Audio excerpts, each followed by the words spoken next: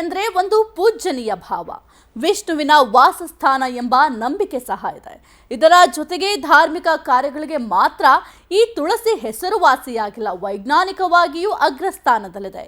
ತುಳಸಿಯಲ್ಲಿರುವ ಔಷಧೀಯ ಗುಣಗಳಿಂದ ಸಾವಿರಾರು ವರ್ಷಗಳಿಂದ ಗಿಡಮೂಲಿಕೆಯಾಗಿ ಇದನ್ನು ಬಳಸ್ತಾರೆ. ಆರೋಗ್ಯ ವೃದ್ಧಿಗೆ ಮತ್ತು ಸೌಂದರ್ಯ ವೃದ್ಧಿಗೂ ಈ ತುಳಸಿ ಬಹಳ ಸಹಾಯಕವಾಗಿದೆ. ಇತ್ತೀಚೆಗೆ ಸೌಂದರ್ಯ ವೃದ್ಧಿಗೆ ಅಥವಾ ಚರ್ಮದ ಸಮಸ್ಯೆಗಳಿಗೆ ಅಂತ ನಾನಾ ಪ್ರಾಡಕ್ಟ್ಗಳು ಮಾರ್ಕೆಟ್ನಲ್ಲಿ ಸಿಗುತ್ತೆ. ಅದರಿಂದ ಮುಂದೆ ಭವಿಷ್ಯದಲ್ಲಿ ನಮಗೆ ತೊಂದರೆ ಆಗಬಹುದು. ಹಾಗಾಗಿ ಮನೆಯಲ್ಲಿರುವ ತುಳಸಿಯ ಎಲೆ ಬಳಸೋದ್ರಿಂದ ಮೊಡವೆಗಳು, ಬ್ಲ್ಯಾಕ್ ಹೆಡ್ಸ್ ನಿವಾರಣೆಯಾಗುತ್ತೆ ಅಂತ ಹೇಳಲಾಗುತ್ತೆ. ಅಷ್ಟೇ ಅಲ್ಲ, ಮುಖಕ್ಕೆ ಕಾಂತಿಯನ್ನು ನೀಡೋದರ ಜೊತೆಗೆ ಚರ್ಮದ ರಂಧ್ರಗಳನ್ನು ಬಿಗಿಗೊಳಿಸುತ್ತದೆ. ಇನ್ನು ತುಳಸಿಯ ಪೇಸ್ಟ್ನ ವಾರದಲ್ಲಿ 1 ದಿನ ಹಚ್ಚೋದ್ರಿಂದ ನಿಮ್ಮೆಲ್ಲ ಚರ್ಮದ ಸಮಸ್ಯೆಗಳು ಬಗೆಹರಿಯುತ್ತದೆ ಅಂತ ಕೂಡ ಹೇಳಲಾಗುತ್ತೆ. ಇದರ ಜೊತೆಗೆ ತುಳಸಿ ನೀರು ಸೇವನೆಯಿಂದ ನಿಮ್ಮ ಆರೋಗ್ಯ ಸುಧಾರಿಸುತ್ತದೆ ಅಂತ ಈ ವಿಧಾನವನ್ನು ಪಾಲಿಸುವವರು ಹೇಳ್ತಾರೆ.